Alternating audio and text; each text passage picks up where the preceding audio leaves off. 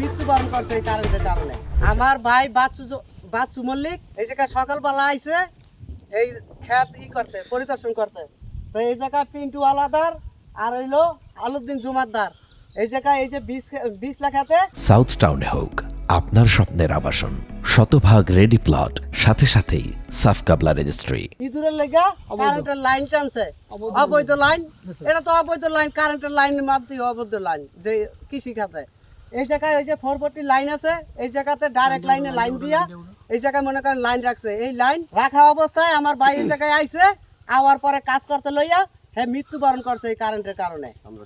আমরা সঠিক বিচার চাই এটা।